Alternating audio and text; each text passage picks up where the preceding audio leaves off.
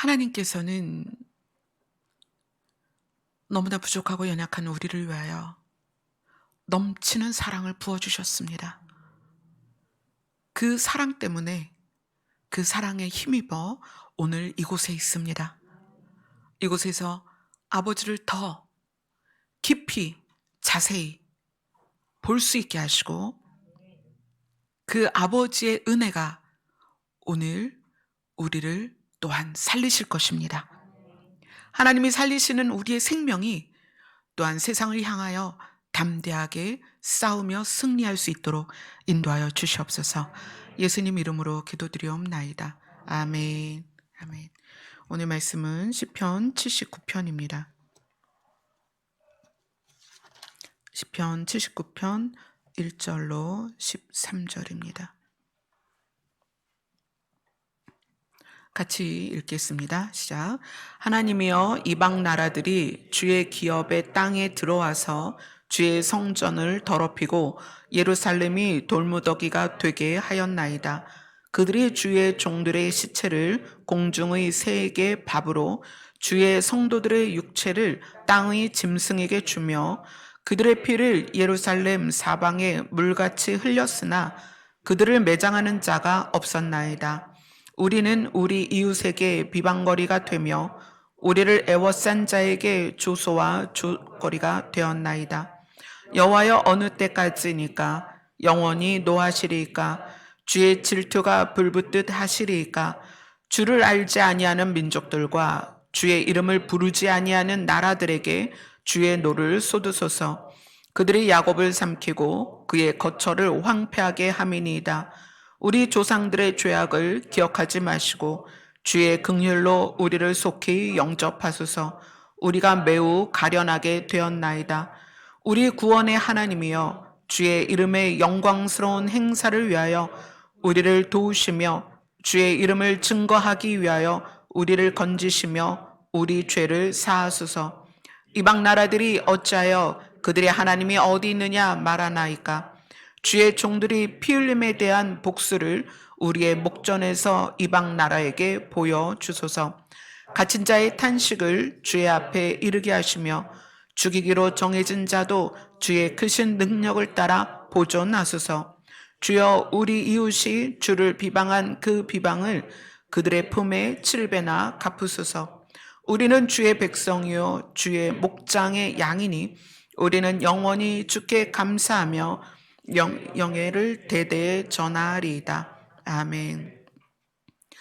오늘 79편 이 시편의 내용은 어쩌면 우리 개인에게 오늘 함께 예배를 드리는 많은 분들 개인의 고백일 수도 있고요. 지금 이 땅의 교회들의 고백일 수도 있고 이 나라의 고백일 수도 있고 전 세계의 고백일 수도 있습니다. 하나님의 이방 나라들이 주의 기업의 땅에 들어와서 주의 성전이 더럽혀졌고 예루살렘이 돌무더기가 되었습니다. 주의 종들의 시체가 또 주의 성도들의 육체가 공중의 새와 또 땅의 짐승의 밥이 되었습니다. 또 주의 종들과 주의 성도들의 피가 예루살렘 사방에 물같이 흐르고 있는데 그들의 시체를 매장하는 자가 없습니다. 비방거리가 되었고 조속거리가 되었고 조롱거리가 되었습니다. 하나님, 어느 때까지 이 상태를 그대로 두시겠습니까? 지금 1절에서 4절까지는 지금 이 땅에서 개인의 사정일 수도 있고요. 교회들의 사정일 수도 있고 이 나라의 사정일 수도 있고 정의의 사정, 지금 짓밟히는 정의의 사정이 될 수도 있죠. 그래서 우리가 지금 이 79편을 노래하고 있는 이 시인과 똑같은 마음으로 하나님, 어느 때까지 이 상태를 그대로 두시겠습니까?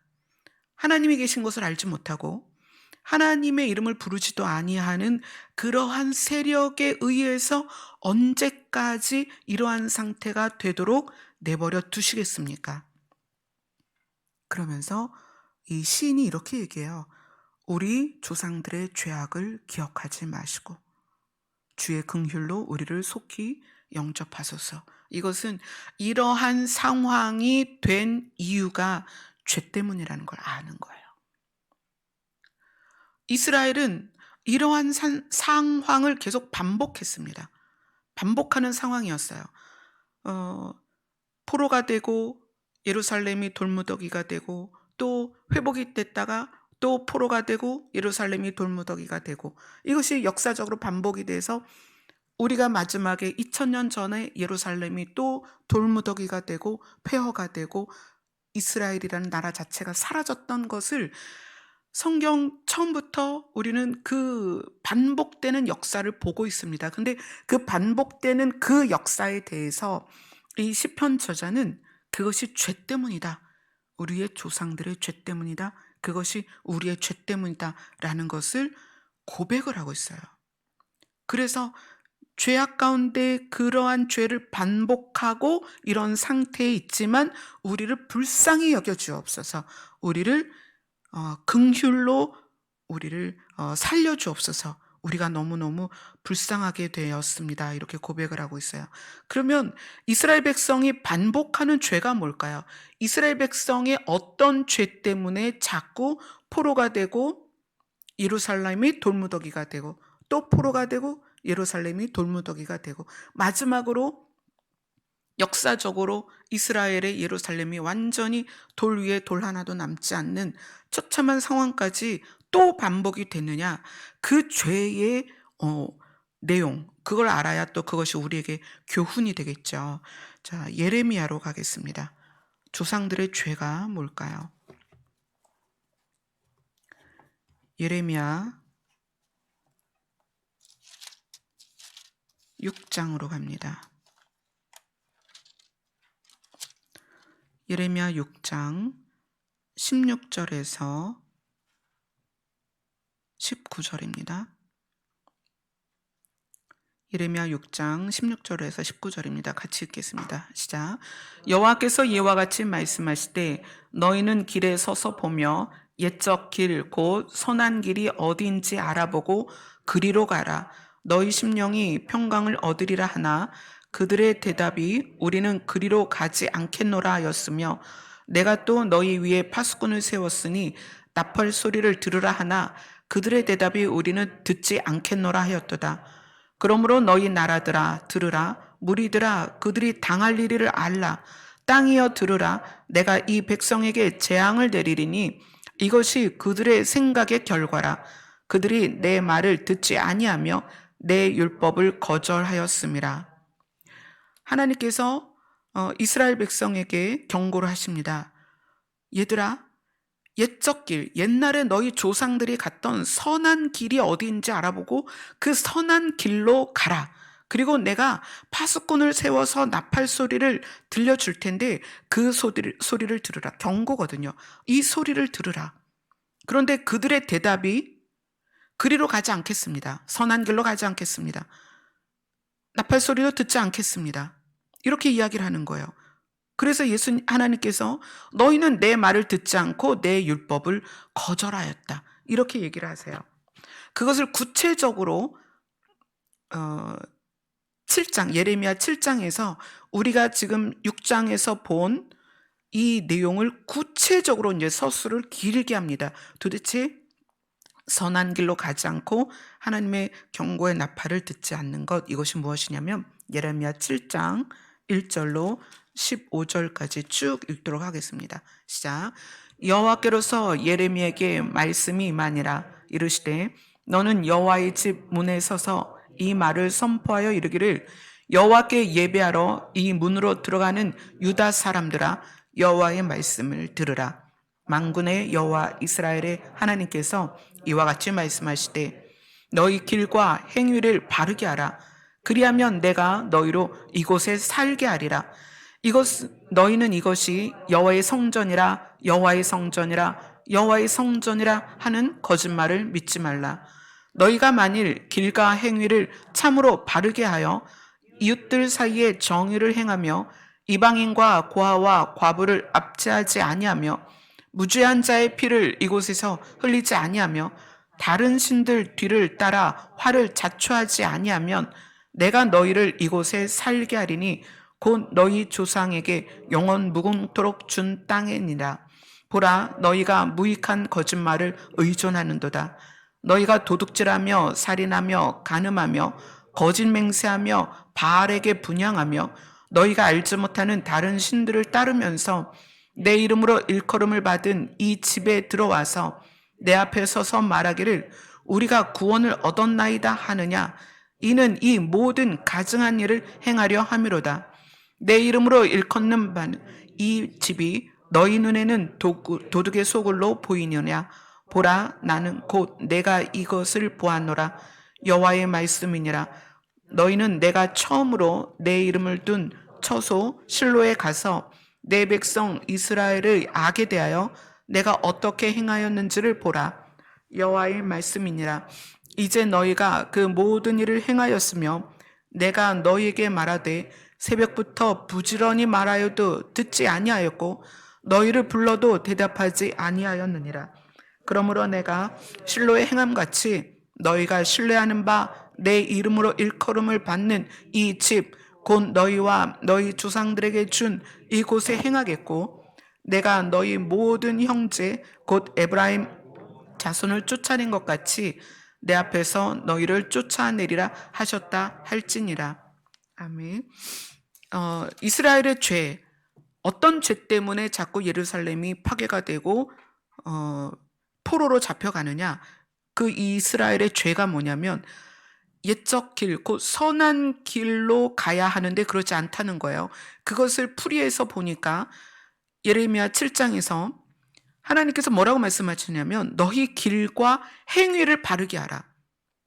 길은 선한 길입니다. 옛적 길, 그 선한 길로 가라. 그 다음에 그 길로 가는 것은 방향만이 아니라 방법에도 있는 거예요. 그래서 행위를 바르게 하라. 그러면 너희가 포로가 되지 않고 여기에 살게 될 것이다. 그런데 이 이스라엘 사람들이 여전히 성전에는 모이는 거예요. 여기는 여호와의 성전이다. 이렇게 말하면서 이 여호와의 성전에 머물면서 길과 행위가 바르지 않다는 거예요. 길과 행위가 바르지 않은 것에 대해서 어떻게 이야기를 해요? 이방인과 고아와 과부를 압제하고 무죄한 자의 피를 흘리고 다른 신을 쫓아 가면서 우리는 여기 여호와의 성전에 거하고 머물고 예배하기 때문에 구원받았다라고 이야기한다는 거예요. 그럼 여기에서 길, 너희의 길과 행위를 바르게 하라, 이것은 예레미야 2장으로 한번 가볼게요. 이게 무슨 얘기냐면 예레미야 2장 1절 2절을 같이 읽겠습니다. 시작.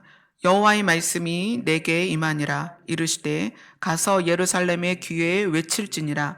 여호와께서 이와 같이 말씀하시기를 내가 너를 위하여 내 청년 때의 인애와 내 신혼 때의 사랑을 기억하노니 곧 씨 뿌리지 못하는 땅 그 광야에서 나를 따랐음이니라. 하나님께서 이스라엘 백성에게 뭘 기억하게 하냐면 광야에서 하나님을 따라갔던 그 때를 기억하게 하시는 거예요.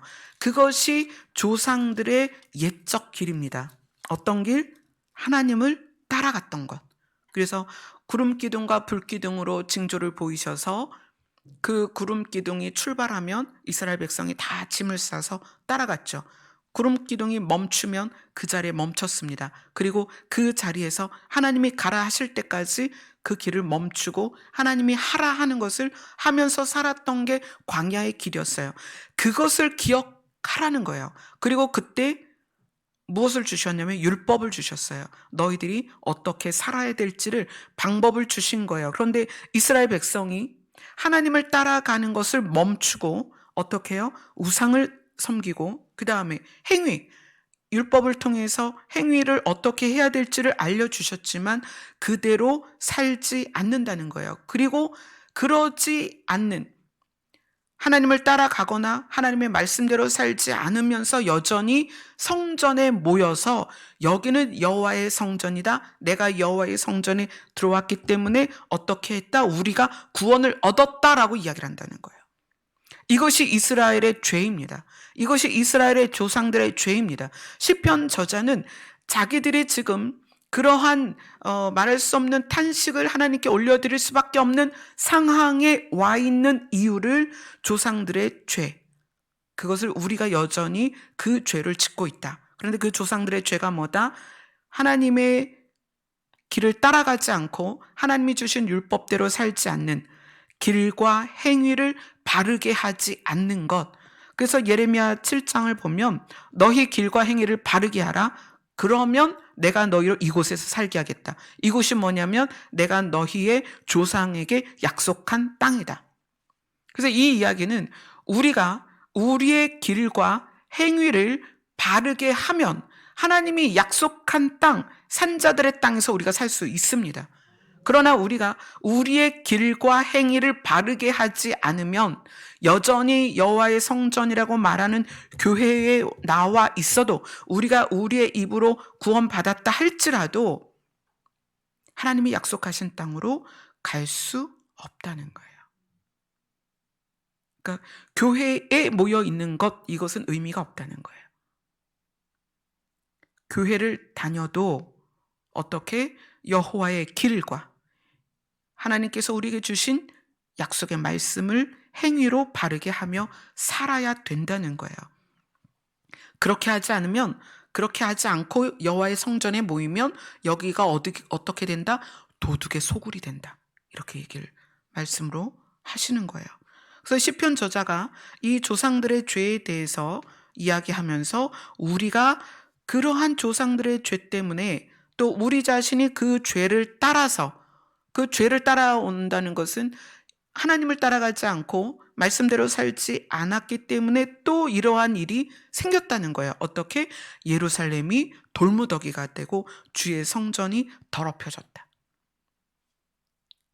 우리 자신이, 그러니까 개인이 하나님이 계시는 성전이잖아요. 예수님을 우리가 마음에 모셔드렸죠. 그러나 우리가 하나님의 길을 따라가지 않고, 예수님의 길을 따라가지 않고 말씀대로 살지 않으면 우리 자신이 도둑의 소굴이 돼요. 우리가 원치 않았지만 이방 나라와 하나님의 이름을 부르지 않는 존재들이 내 안에 들어옵니다. 생각을 넣어주고 우리 자신을 도둑의 소굴처럼 더럽히는 어떤 상황들이 와요. 또 교회가 마찬가지입니다. 교회가, 사람들은 많이 모이는데 교회가 하나님의 길을 따라가지 않고 하나님의 말씀대로 가지 않으면 교회 자체가 도둑의 소굴이 돼요. 굉장히 무서운 얘기죠. 그래서 우리는 조상들의 죄를 기억하고 우리가 옛적 길, 그 선한 길을 가느냐를 늘 생각해야 됩니다. 선이라는 것은 행위의 착함이 아니라 선이라는 것은 하나님과 연합되는 거예요.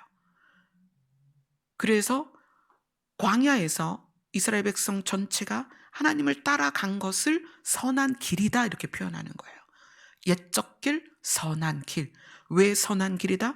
하나님을 따라가는 거예요. 하나님을 따라간다는 건 하나님과 연합되기 위함이에요. 그러니까 우리의 신앙생활이 하나님을 따라가지 않으면 그것은 선한 길을 가는 게 아니에요. 이 부분에서 여러분들에게 꼭 하나 말씀을 드리고 싶은 거는, 이제 상담을 하다 보면 여러 가지 사연들이 많은데 그 중에 이런 사연은 정말 힘들다 하는 사연이 뭐냐면, 성도가 목회자에게 매이는 거예요. 그러니까 성도가 목회자에게 정서적으로 지배되거나 정서적으로, 심리적으로 지배되는 거예요. 정서적으로 지배된다는 거는 목사님의 눈치를 보는 거예요. 목사님의 기분이 좋으냐 나쁘냐, 내가 목사님 혹시 기분을 건드릴까봐 막 그런 거, 이제 정서적인 어떤 그 지배를 받는 거죠. 심리적인 지배는 목회자가 요구하는 것에 지배되는 거예요. 그래서 목회자가 제시하는 방향, 목회자가 제시하는 방법에 따라가는 거예요. 이건 심리적으로 지배가 돼서 방향을 잃은 거예요. 우리는 누구를 따라가야 되냐면 하나님을 따라가야 됩니다. 아멘. 그것이 선한 길이에요. 근데 우리가 통상 목사님이 하나님의 말씀을 전하니까 우리는 목사님을 따라가면 되지 않나? 아니요. 목회자도 사람이고 목회자도 자기 안에 추구하는 방향들이 있기 때문에 얼마든지 성도를 자기 방향으로 이끌어갈 수 있다는 거예요. 그래서 여러분들이 늘 함께 모여서 말씀 나누고 찬양하고 예배를 드리지만 여러분들이 뭘 검증해야 되냐면 우리 교회가 하나님이 제시하는 방향 또 하나님이 말씀하시는 옳은 방향으로 가고 있는가를 보셔야 되는 거예요.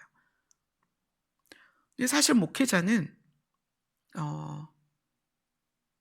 어떤 그 자기암시에 좀 많이 빠져 있어요.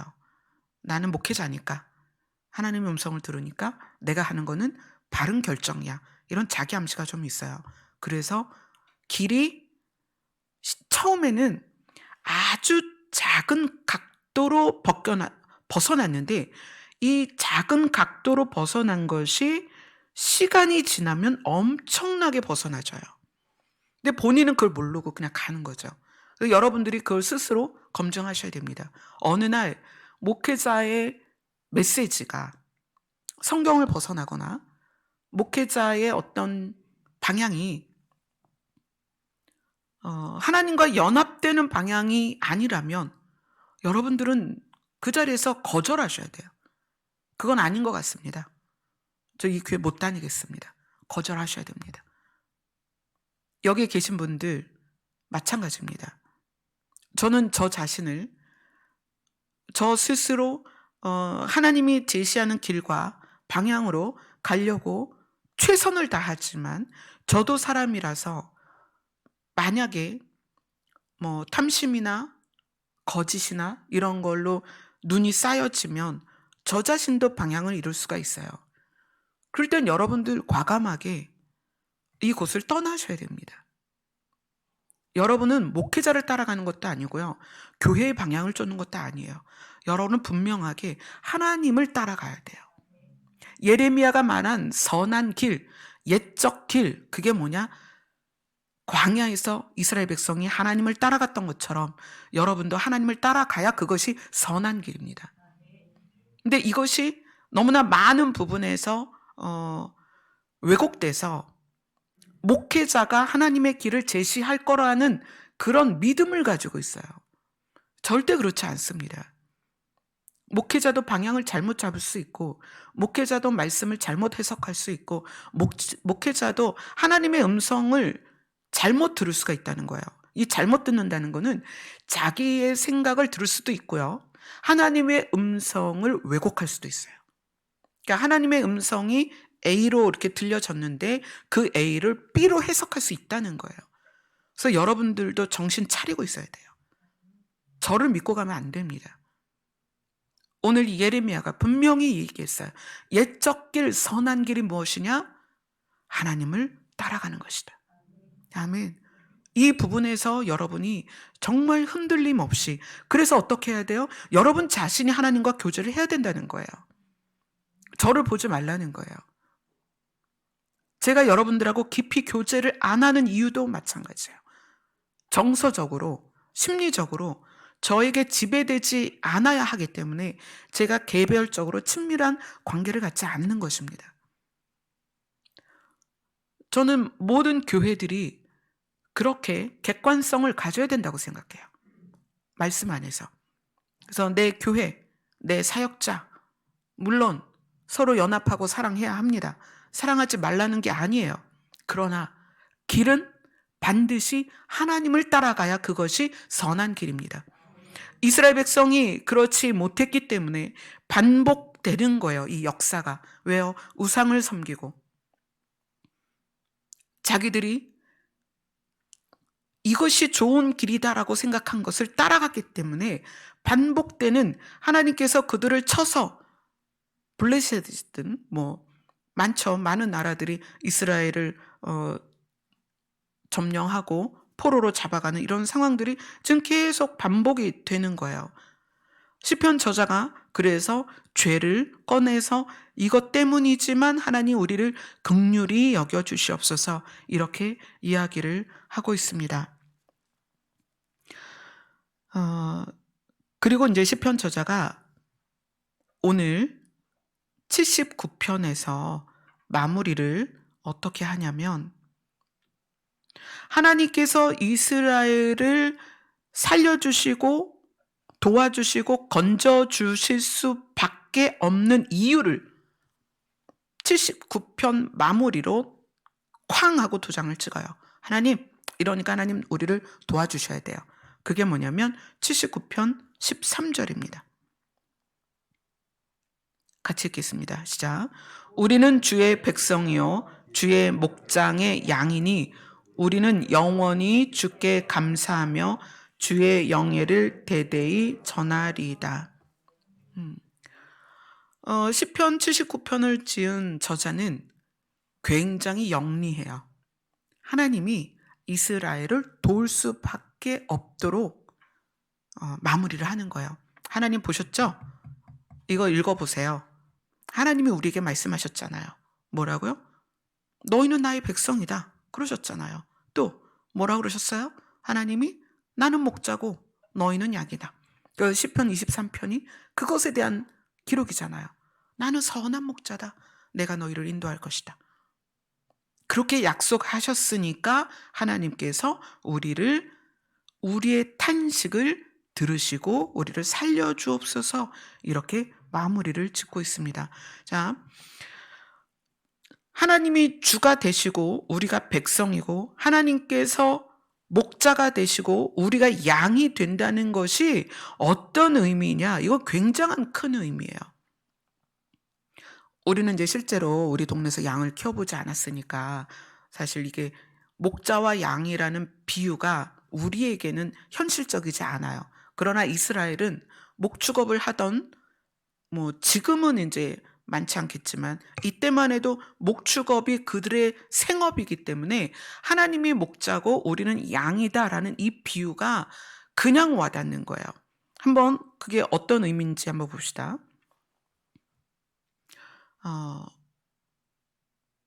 양이 어느 날 옆에 있는 양들을 모아요. 그리고 회의를 합니다. 야, 저기 목자라고 서 있는데 저게 우리 목자 맞냐? 양들이 막 회의를 해요. 여러분, 양들이 목자가 서 있는 걸 보면서 저게 우리 목자일까? 라고 회의를 할까요? 안 할까요? 안 해요. 양들은 목자가 서 있는 걸 보면 저것이 목자다. 그냥 대번에 알아요. 그래서 울타리 밖에 늑대가 있든 곰이 있든 걱정을 안 해요. 왜냐하면 목자가 지켜줄 걸 아니까. 양 입장에서는 목자의 존재를 검증할 필요가 없습니다. 근데 우리는 자꾸 하나님을 검증하려고 그러죠. 하나님이 있어 없어? 그렇지 않아요? 많은 사람들이 하나님이 어디 있어? 또 우리가 맞는 질문을 받죠. 하나님이 어디 있어? 있으면 증명해봐.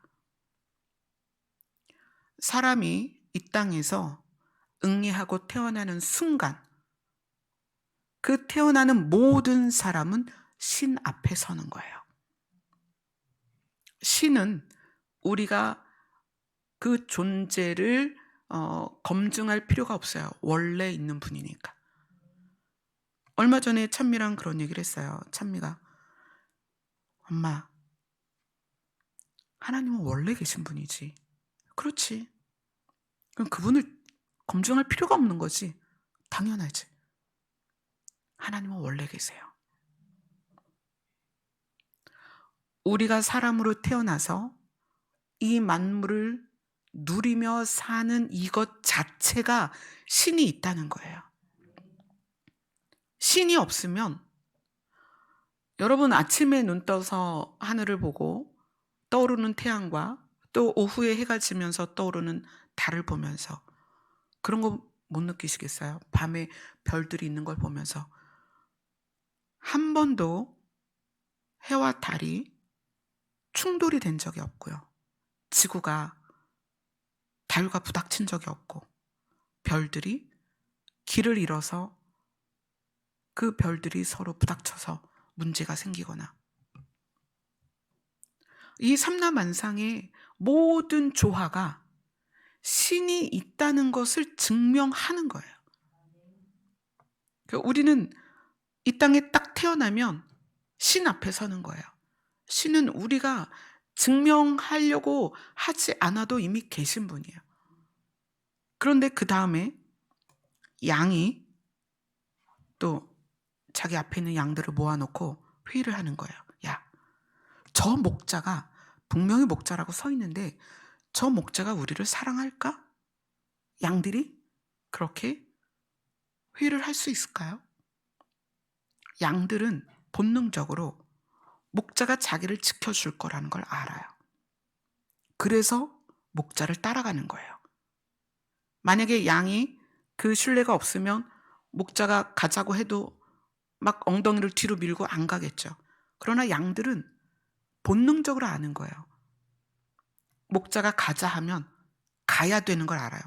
목자를 따라가면 물이 있든지 꼴이 있든지 비를 피하든지 무서운 짐승을 피하든지 이 양들은 목자를 따라가야 된다는 걸 본능적으로 알아요.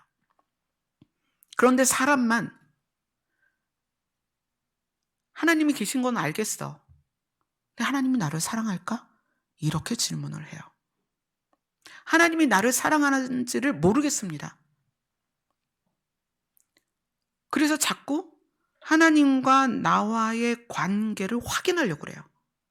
신의 존재를 이제는 부인할 수 없겠습니다. 그러나 하나님이 나를 사랑하는지는 모르겠습니다. 성경에 많은 사람들이 하나님의 사랑을 받고 도움을 받고 하나님이 지켜주시고 인도해 주셨지만 그것은 그 성경의 인물이고 하나님이 나를 사랑할지는 모르겠습니다. 왜냐하면 나는 이렇고 나는 이렇고 나는 이렇고 또 이렇게 얘기해요. 나는 안 들려요. 하나님이 나에게 하시는 말씀이 안 들립니다. 하나님이 나에게 어떤 마음을 가지고 있는지를 표현하지 않아서 나는 하나님이 나를 사랑하는지를 모르겠습니다. 이렇게 얘기를 해요. 목자는 자기 양을 본능적으로 사랑해요. 그 얘기는 하나님의 본능, 그게 사랑이라는 거예요. 하나님의 본질이 사랑이에요. 우리를 사랑하실 수밖에 없어요. 그런데 왜 하나님은 목자고 우리는 양이냐? 왜 우리가 하나님을 따라가야 되느냐? 우리가 예수로 옷을 입었기 때문이에요. 아담에게 짐승의 가죽을 벗겨서 가죽 옷을 입히신 것처럼 하나님은 우리를 제물된 우리의 죄의 값을 치룬 제물이 된 양이신 예수 그리스도의 가죽을 벗겨서 우리에게 입히셨어요.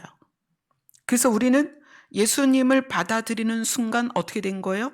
양이 된 거예요. 그럼 우리가 양이니까 목자이신 하나님이 우리에 대해서 어떻게 생각하시겠어요? 당연히 사랑하시죠. 그리고 최종적으로 우리를 그 목자가 원하던 곳까지 인도하신다는 거예요. 자, 출애굽기를 한번 보겠습니다. 출애굽기 2장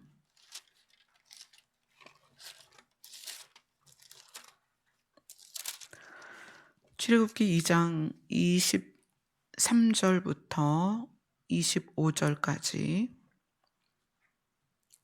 같이 읽겠습니다. 시작.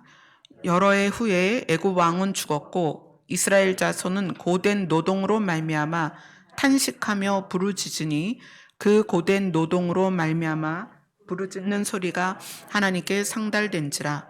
하나님이 그들의 고통 소리를 들으시고 하나님이 아브라함과 이삭과 야곱에게 세운 그의 언약을 기억하사 하나님이 이스라엘 자손을 돌보셨고 하나님이 그들을 기억하셨더라. 그리고 출애굽기 3장으로 갑니다.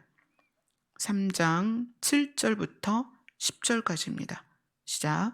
여호와께서 이르시되 내가 애굽에 있는 내 백성의 고통을 분명히 보고 그들이 그들의 감독자로 말미암아 부르짖음을 듣고 그 근심을 알고 내가 내려가서 그들을 애굽인의 손에서 건져내고 그들을 그 땅에서 인도하여 아름답고 광대한 땅, 젖과 꿀이 흐르는 땅, 곧 가나안 족속, 헷 족속, 아모리 족속, 브리스 족속, 히위 족속, 여부스 족속의 지방에 데려가려 하노라.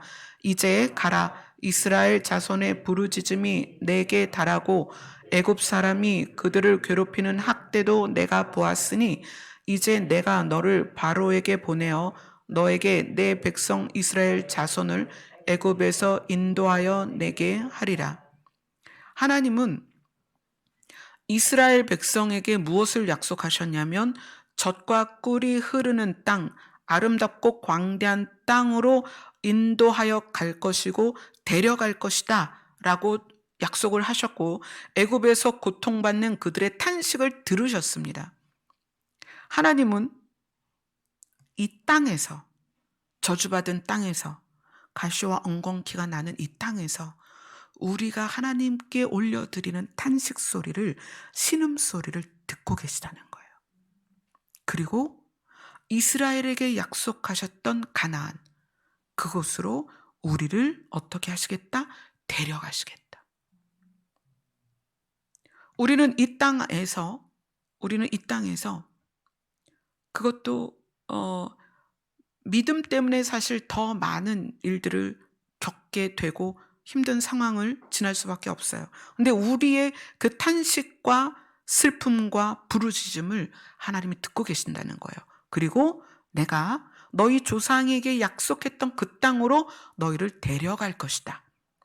그래서 이 땅에서의 우리 삶은 하나님이 원하는 가장 완전한 그곳으로 데려가는 과정이다. 아멘. 그래서 우리가 그 데려감을 당하는 과정에 있어서 누구를 따라가야 돼요? 하나님을 따라가야 되는 거예요. 우리는 반드시 그곳으로 가야 됩니다. 하나님이 약속하신 곳으로 가야 돼요. 그런데 그곳으로 가려면 누구를 따라가야 되느냐? 하나님을 따라가야 된다는 거예요.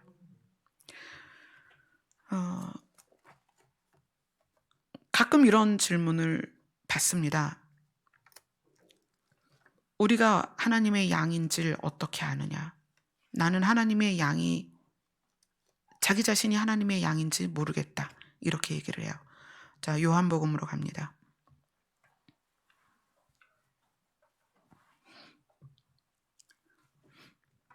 요한복음 16장, 요한복음 3장입니다. 요한복음 3장 16절부터 보겠습니다. 요한복음 3장 16절에서 18절입니다. 시작. 하나님이 세상을 이처럼 사랑하사 독생자를 주셨으니 이는 그를 믿는 자마다 멸망하지 않고 영생을 얻게 하려 하심이라. 하나님이 그 아들을 세상에 보내신 것은 세상을 심판하려 하심이 아니요 그로 말미암아 세상이 구원을 받게 하려 하심이라.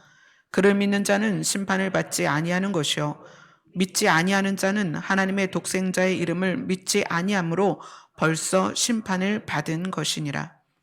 자, 이것을 다르게 표현을 하면 우리가 예수님을 하나님이 보내셔서 우리의 죄값을 치르신 분으로 믿으면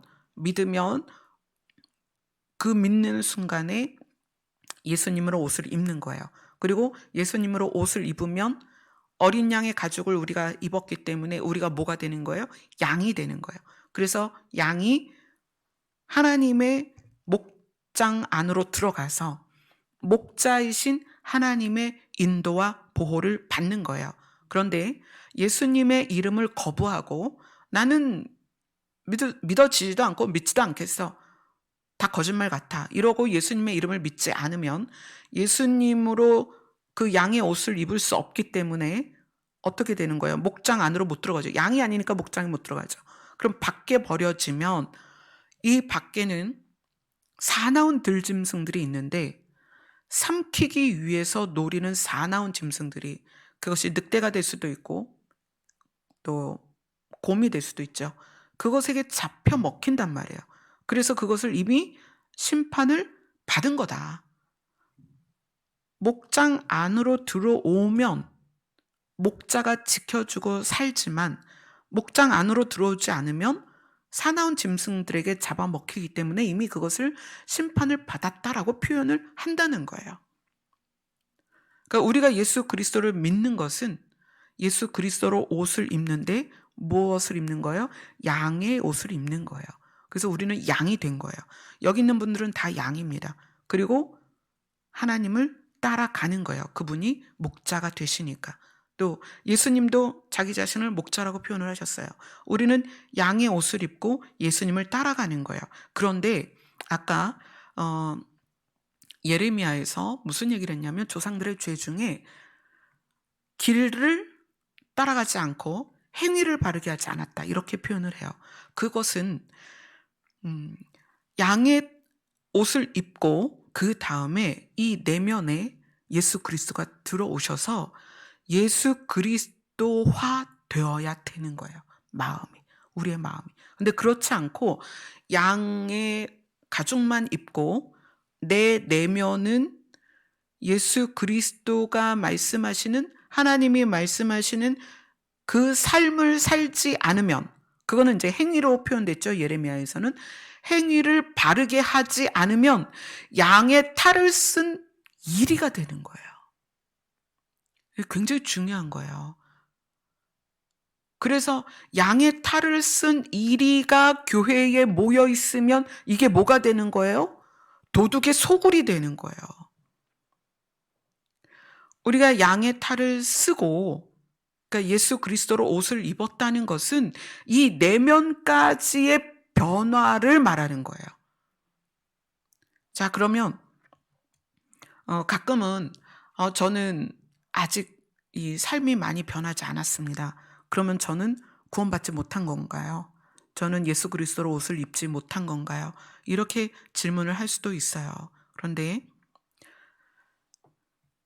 하나님이 보시는 것은 우리의 마음이 하나님의 길을 가고자 따라가려고 하는 그 열심, 자발적인 동기, 이걸 보신다는 거예요. 이것이 때로는 성격에 의해서 빨리 변하는 사람도 있지만 그 변화가 늦을 수도 있고요.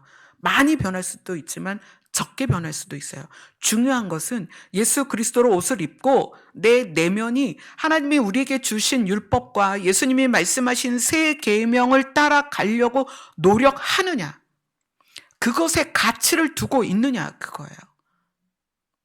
그래서 우리가 신앙생활 하면서 예수 그리스도로 옷을 입었지만 내 내면이 그리스도의 마음으로 변화되려고 하는 노력이 아예 없고 모양만 교회를 왔다 갔다 하는 상태면 나 자신이 어느새 양의 탈을 쓴 늑대로 살고 있을 수도 있다는 거예요.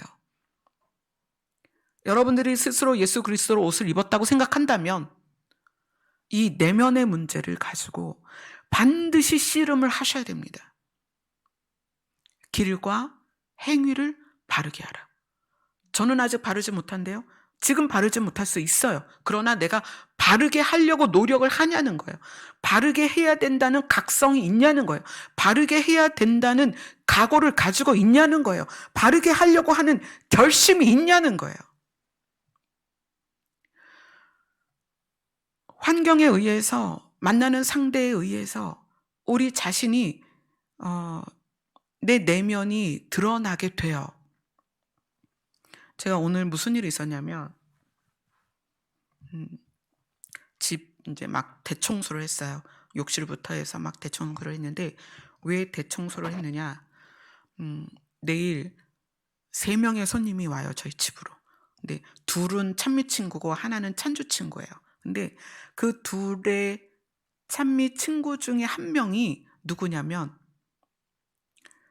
찬미의 친구이기도 하지만 사실 그 사촌, 고종 사촌이에요.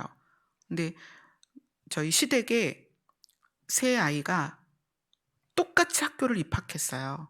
그래서 구리시에 살면서 저희 큰집 아이랑 저희 신우 아이랑 찬미랑 셋이 동급생 어 동년배예요. 학교를 같이 다녔어요. 근데 그중에 한 아이가 우리 신우 딸인데 굉장히 마음에 스트레스가 되는 거예요. 신우 딸이 오는데 마치 신우가 오는 것 같은 느낌. 근데 그 신우가 어떤 신우냐면 되게 무서운 신우였어요. 처음에 못생겼다고 구박했죠. 뭐 인제 처음에 인제 시어머니 모셔서 장례식을 치르는데 저한테 이제 사실 저희 시어머니가 고혈압, 당뇨, 합병증으로 돌아가셨어요. 근데 고혈압, 당뇨, 합병증이 심할 때에는 의사들이 그 식생활에 있어서 굉장히 아주 타이트하게 짜 줘요. "이건 드시면 안 되고 이것도 드시면 안 되고 요렇게, 요렇게 드려야 된다." 그런데 실상 고혈압, 당뇨, 합병증이 심할 때에는 드실 만한 게 별로 없어요. 아주 거칠은 잡곡밥에 뭐 당이 가미가 안 된 그런 음식이니까 사실 맛이 없죠. 그래서 인제 시어머니 돌아가시기 직전까지 음식을 인제 드리는 거에 있어서 되게 제한된 것들이 너무 많이 있었어요. 근데 시어머니 돌아가시고 나니까 장례를 치르는데 장례를 인제 저희 집에서 치렀거든요. 옛날에 골목에다가 장의사 불러서 등 달고 골목에 텐트 치고 저희 집에서 인제 돌아가셨으니까 그 시댁이 다 유교였어요. 그래서 돌아가신 분을 문지방을 넘으면 안 된다 그래서 집에서 장례를 치렀어요. 근데 인제 난리가 난 거예요 신우님이. "올케가 우리 엄마 이렇게 빨리 돌아가실 줄 알았으면 맛있는 거라도 해 드리지." 맛있는 거 안 해 드렸다고 얼마나 혼났는지 몰라요. 이게 되게 무서운 신호예요.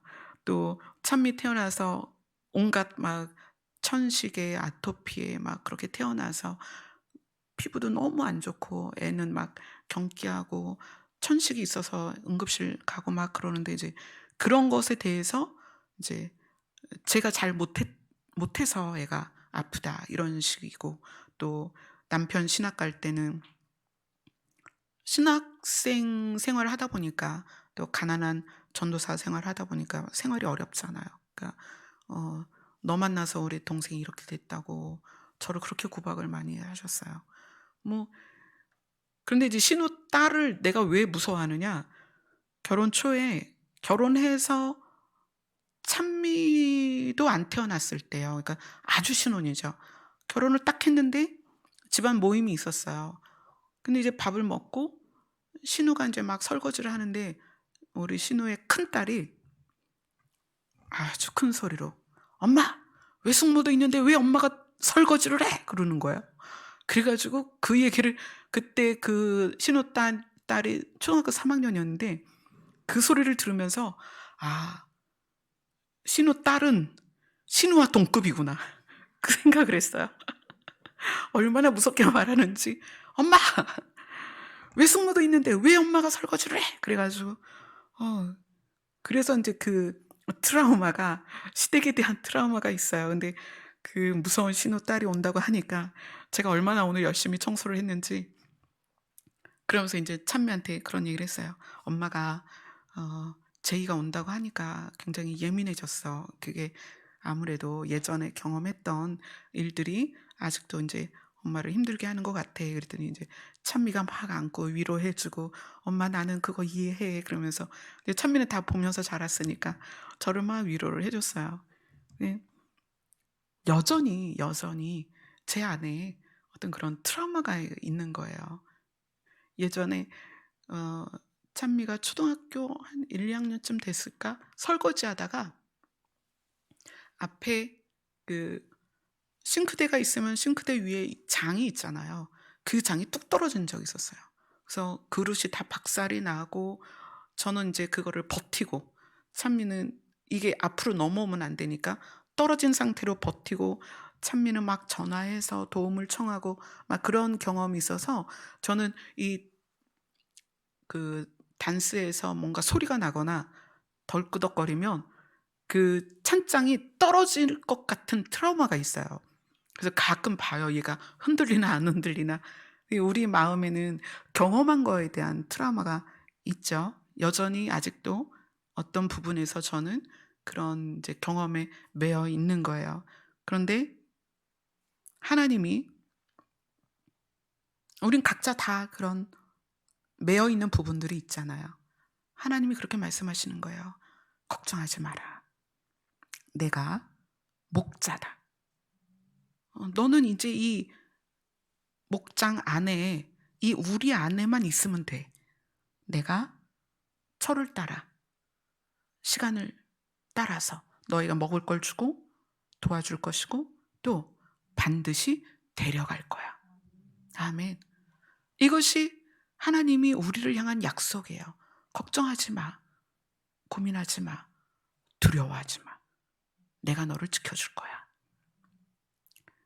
우리는 양을 보거나 목자가 되어본 적이 없지만 이스라엘 사람들에게는 이것이 가장 실제적인 비유라는 거예요. 하나님이 목자가 되어주신다는 것. 그래서 오늘 시편 저자는 그렇게 마무리를 한 것입니다. 우리는 주의 백성이요 주의 목장의 양이니 우리는 영원히 주께 감사하며. 왜 영원히 주께 감사하죠? 하나님께서 영원히 우리를 지키실 것이기 때문에. 결국 우리는 그대로 하나님이 데려갈 곳으로 데려갈 것이기 때문에 영원히 주께 감사할 것이다. 그리고 주의 영예를, 하나님의 영광스러운 그 명예를 대대에 전할 것이다. 아멘. 여러분들도 저처럼 개인적인 트라우마나 어떤 그런 것들이 있을 거예요. 그것이 자극되어질 때, 어떤 사건을 통해서 어떤 상황에 의해서 자극되어질 때 드러나요. 그럴 때마다 자기 자신에게 쓰다듬으면서 말해줘야 돼요. 나는 이게 아직은 두려울 수 있고, 이것이 아직은 겁이 날 수도 있고, 이것이 나는 아직 거리낄 수도 있지만 토닥이면서 얘기해 주세요. 나한테 하나님이 나의 목자가 되셔서 나를 지켜주실 거야. 그리고 나를 어디로? 하나님의 나라로 반드시 데려갈 거야. 하나님이 이스라엘 백성을 그 광야를 지나 가나안에 데려가셨던 것처럼 하나님은 우리를 반드시 그분의 나라로 데려갈 것입니다. 그래서 우리는 어떻게 해야 된다? 하나님을 따라가야 된다. 여러분은 저를 따라오면 안 돼요. 반드시 하나님을 따라가야 된다. 그 다음에 우리는 행실을 바르게 하려고 여러분 처절하게 싸우셔야 됩니다. 그것은 정말 여러분이 어디까지 하나님의 나라에 도달하는 그 순간까지 우리는 그것들과 싸워야 돼요. 죄와 싸워야 돼요. 왜냐하면 우리가 그것을 넋놓고 바라보고 그것이 내 안에 들어와서 나를 다른 데로 이끌어갈 수 있기 때문에 우리는 길과 어떻게 우리의 삶의 모습을 바르게 가기 위해서 우리는 늘 싸워야 된다. 하지만 걱정과 두려움은 갖지 말라는 거예요. 왜? 하나님이 우리를 인도하시고 도우시고 살려주시고 반드시 데려가실 것입니다. 아멘. 우리 찬송가 310장입니다.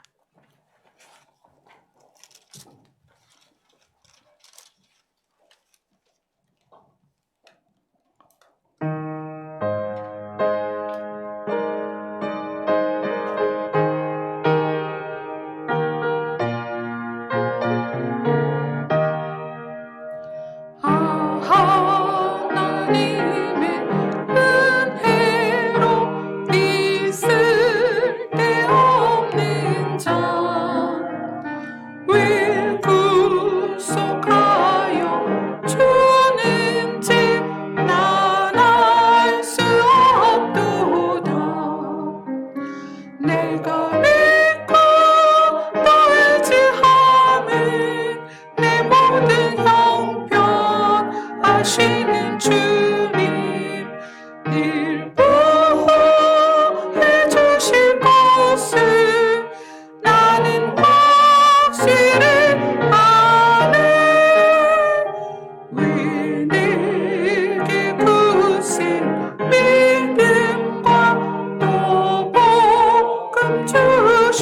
주소서.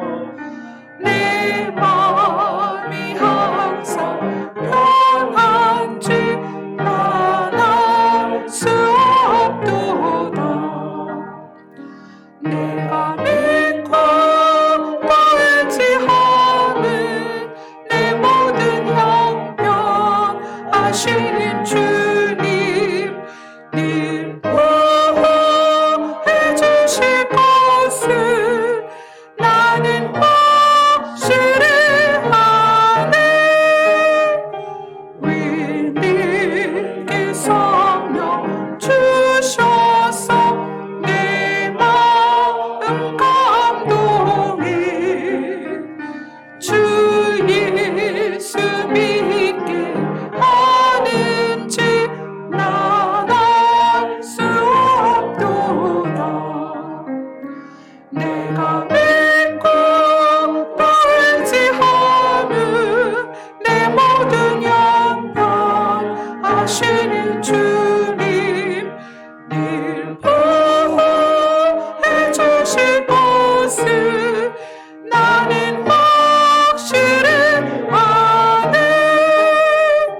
주 언제 강림하실지 밤에 밤낮에 또 주님 만나 그곳도 난 알 수 없도다. 내가 믿고 또 의지하는 내 모든 형편하시는 주님, 늘 보호해 주실 것을 나는 확실히 아네. 아멘. 주님이 우리를 보호하시고 인도하시고 지키실 것입니다. 아멘. 그 주님과 사랑에 빠지는 그런 시간이 되었으면 좋겠습니다. 기도하겠습니다.